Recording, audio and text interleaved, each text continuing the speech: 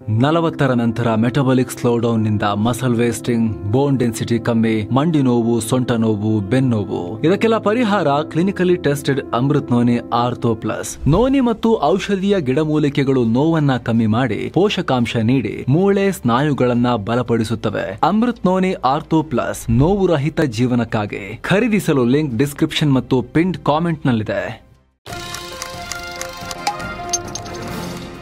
ನಮಸ್ಕಾರ ಸ್ನೇಹಿತರೆ.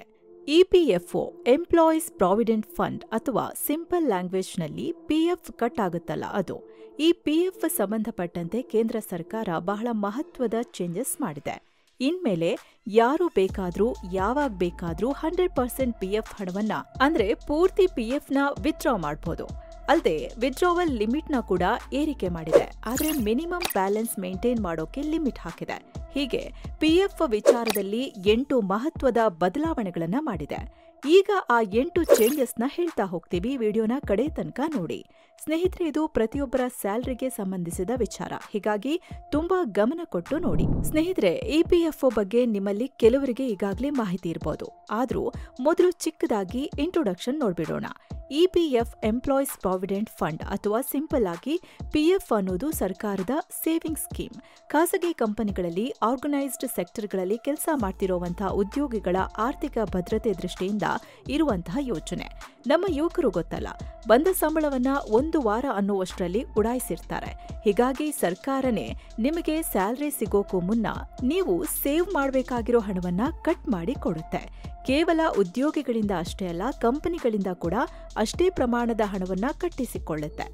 ನಂತರ ಎರಡನ್ನೂ ಸೇರಿ ಇನ್ವೆಸ್ಟ್ ಮಾಡಿ ಕೊನೆಗೆ ರಿಟೈರ್ಮೆಂಟ್ ಟೈಮಲ್ಲಿ ಬಡ್ಡಿ ಸಮೇತ ವಾಪಸ್ ಕೊಡುತ್ತೆ. ಇದರಲ್ಲಿ ನೀವು ಒಂದೇ ಸಲ ಲಂಸಮ್ ಹಣವನ್ನ ತಗೋಬಹುದು ಅಥವಾ ಪೆನ್ಷನ್ ಆಗಿ ತಿಂಗಳು ಬರುವಂತೆನೂ ಮಾಡ್ಕೋಬಹುದು.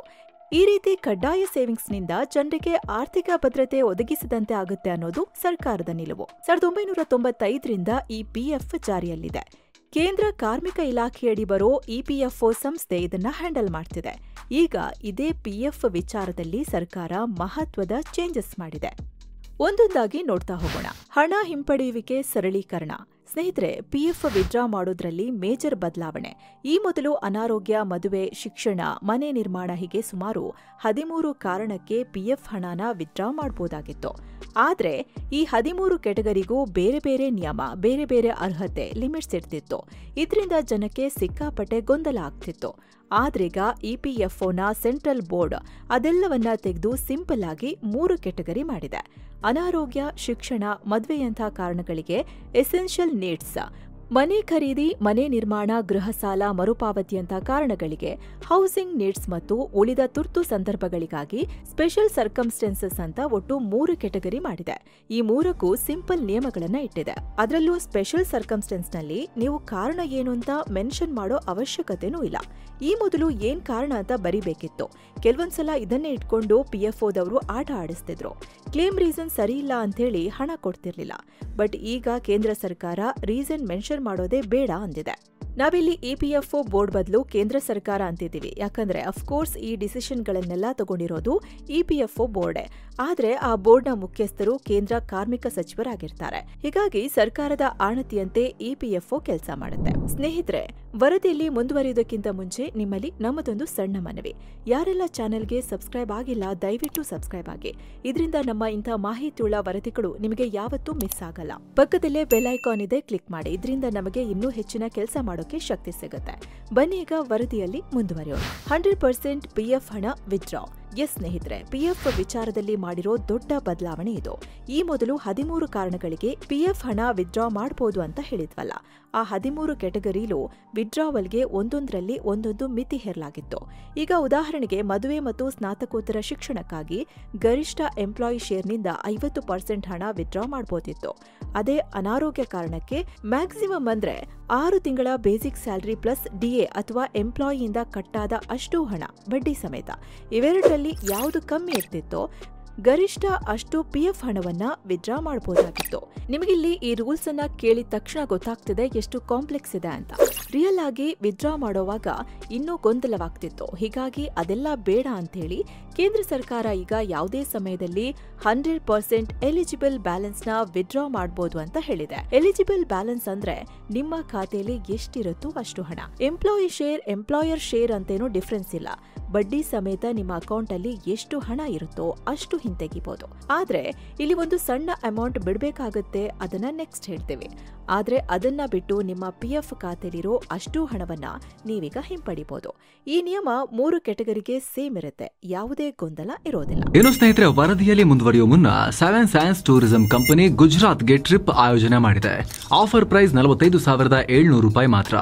ಅಹಮದಾಬಾದ್, ದ್ವಾರಕಾ, ಬೆಟ್ ದ್ವಾರಕಾ, ನಾಗೇಶ್ವರ, ಸೋಮನಾಥ ಜ್ಯೋತಿರ್ಲಿಂಗ, ನಿಷ್ಕಳಂಕ ಮಹಾದೇವ, ಗಿರ್ ನ್ಯಾಷನಲ್ ಪಾರ್ಕ್, ವಡೋದರ, ವಿಶ್ವದ ಅತಿ ಎತ್ತರದ ಸ್ಟ್ಯಾಚ್ಯೂ ಸರ್ದಾರ್ ವಲ್ಲಭಾಯ್ ಪಟೇಲ್ ಅವರ ಮೂರ್ತಿ, ಸ್ಟ್ಯಾಚ್ಯೂ ಆಫ್ ಯೂನಿಟಿ, ಇದೆಲ್ಲ ಸೇರಿ 6 ನೈಟ್ 7 ಡೇಸ್ ಟ್ರಿಪ್ ಇದು. ಈ ಪ್ಯಾಕೇಜ್ ಅಲ್ಲಿ ಫ್ಲೈಟ್ ಟಿಕೆಟ್ಸ್, 3 ಸ್ಟಾರ್ ಹೋಟೆಲ್ ನಲ್ಲಿ ಸ್ಟೇ, ಆಲ್ ಮೀಲ್ಸ್, ದೇವರ ದರ್ಶನ, AC ಟ್ರಾನ್ಸ್ಪೋರ್ಟ್ ವ್ಯವಸ್ಥೆ, ಬೋಟಿಂಗ್ ಮತ್ತು auto charges, 24/7 tour manager assistance ಹಾಗೂ ಹಿರಿಯ ನಾಗರಿಕರಿಗೆ ವಿಶೇಷ ಕೇರ್ ಕೂಡ ಇರುತ್ತೆ. ಹೊರಡೋ ದಿನ 25 ನವೆಂಬರ್ 2025. ಕೆಲವೇ ಸೀಟುಗಳು ಲಭ್ಯ. ಆಸಕ್ತರು ಈ ನಂಬರ್ಗೆ ಕಾಲ್ ಮಾಡಿ ನಿಮ್ಮ ಸೀಟನ್ನ ಕೂಡ ಬುಕ್ ಮಾಡಿ. ಬನ್ನಿ ಈಗ ವರದಿಯಲ್ಲಿ ಮುಂದುವರಿಯೋಣ.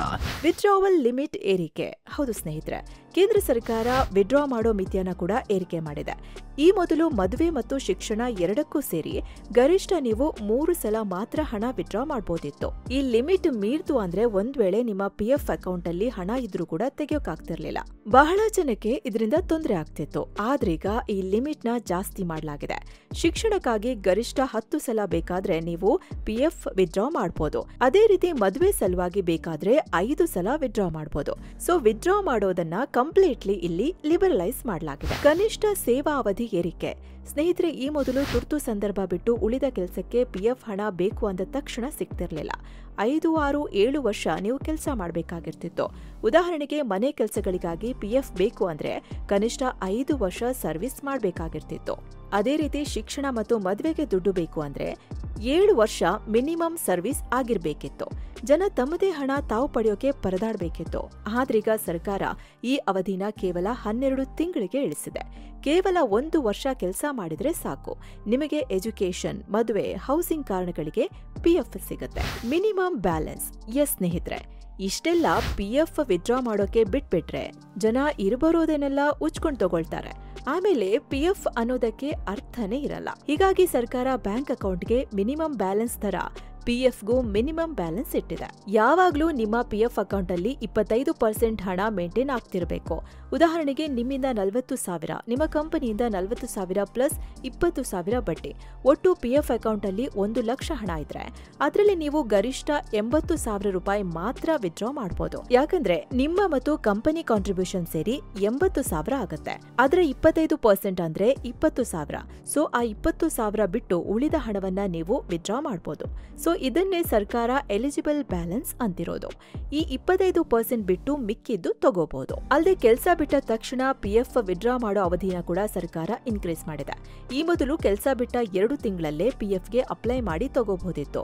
ಆದ್ರೀಗ ಸರ್ಕಾರ ಈ ಅವಧಿನ 12 ತಿಂಗಳಿಗೆ ಏರಿಸಿದೆ. ಜೊತೆಗೆ ಪೆನ್ಷನ್ ಹಣ ಹಿಂಪಡೆಯೋ ಅವಧಿನ ಕೂಡ 2 ತಿಂಗಳಿಂದ 3 ವರ್ಷಕ್ಕೆ ಏರಿಕೆ ಮಾಡಿದೆ. ಹೀಗಾಗಿ ಕೆಲಸ ಇಲ್ಲ ಅಂತೇಳಿ PF ಹಣವನ್ನೆಲ್ಲ ಖಾಲಿ ಮಾಡೋದು ತಪ್ಪತ್ತೆ. ಹೀಗೆ ಒಂದ್ ಕಡೆ ಅವಶ್ಯಕತೆ ಇದ್ದಾಗ PF ತಗೊಳ್ಳೋ ಪ್ರಾಸೆಸ್ ನ ಸುಲಭ ಮಾಡಿ, ಮತ್ತೊಂದ್ ಕಡೆ ಕೆಲಸ ಇಲ್ಲದೆ ಇದ್ದಾಗ ಫ್ರಸ್ಟ್ರೇಷನ್ ನಲ್ಲಿ PF ಪೂರ್ತಿ ಖಾಲಿ ಮಾಡೋದನ್ನ ತಪ್ಪಿಸಿ ಸರ್ಕಾರ ಬ್ಯಾಲೆನ್ಸ್ಡ್ PF ಮೇಂಟೈನ್ ಮಾಡೋವಂತೆ ಎನ್ಕರೇಜ್ ಮಾಡಿದೆ. ಮತ್ತೊಂದ್ ಕಡೆ PF ರಿಟರ್ನ್ಸ್ ನ ಈಗಿರೋ 8.25% ಗಿಂತ ಜಾಸ್ತಿ ಮಾಡೋದಕ್ಕೂ ಕ್ರಮ ತಗೊಳ್ತಿದೆ. ಇದಕ್ಕಾಗಿ EPFO ಇನ್ವೆಸ್ಟ್ಮೆಂಟ್ ಸಲಹೆ ನೀಡುವುದಕ್ಕೆ ಒಂದು ಹೊಸ ಸಮಿತಿಯನ್ನ ನೇಮಕ ಮಾಡ್ತಿದೆ. ಇದರಲ್ಲಿ RBI, ಹಣಕಾಸು ಇಲಾಖೆ ಸೇರಿದಂತೆ ದೇಶದ ಟಾಪ್ ಫಿನಾನ್ಸ್ ತಜ್ಞರು ಇರ್ತಾರೆ ಅಂತ ಹೇಳಲಾಗ್ತಿದೆ. ಸೊ ಫ್ರೆಂಡ್ಸ್, ಇದಾಗಿತ್ತು PF ನಲ್ಲಿ ಸರ್ಕಾರ ಮಾಡಿರೋ ಲೇಟೆಸ್ಟ್ ಬದಲಾವಣೆಗಳ ಬಗ್ಗೆ ತಿಳಿಸೋ ಪ್ರಯತ್ನ. ನಿಮಗೆ ಈ ವಿಡಿಯೋ ಇಷ್ಟ ಆಗ್ತಿದ್ರೆ, ನಮ್ಮ ಈ ಪ್ರಯತ್ನ ನಿಮಗೆ ವ್ಯಾಲ್ಯೂಯಬಲ್ ಅನ್ಸಿದ್ರೆ ಈ ಕೂಡಲೇ ಕೆಳಗೆ ಕಾಣ್ತಿರೋ ಜಾಯಿನ್ ಆಪ್ಷನ್ ನ ಕ್ಲಿಕ್ ಮಾಡಿ ನಮ್ಮನ್ನ ಬೆಂಬಲಿಸಿ. ಹೀಗೆ ಮತ್ತೆ ಭೇಟಿ ಆಗ್ತಿರೋಣ. ನಮಸ್ಕಾರ.